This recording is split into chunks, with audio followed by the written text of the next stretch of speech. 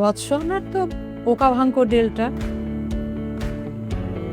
কেন তো করেই ঘুরতে ঘুরতে বিভিন্ন বন্যপ্রাণী দর্শন, ওটা দারুণ আকর্ষণীয়, দারুণ ভালো লেগেছে। চোবে নদীতে ক্রুজ যেটা ছিল বিকেলে, ওটাও আকর্ষণীয়, দারুণ। ইজিপ্ট গেছি, তারপরে ইউরোপ ঘুরেছি, রাশিয়া, স্ক্যান্ডিনেভিয়া ঘোরা হয়েছে, চীনে বেশ কতগুলো জায়গা নিয়ে একটা প্রোগ্রাম করা হয়েছে। চীনের পরে ঘুরেছি নামিবিয়া, তারপরে ঘুরলাম মঙ্গোলিয়া, আইসল্যান্ড, ল্যাপল্যান্ড, ওটাও হয়ে গেছে আগে।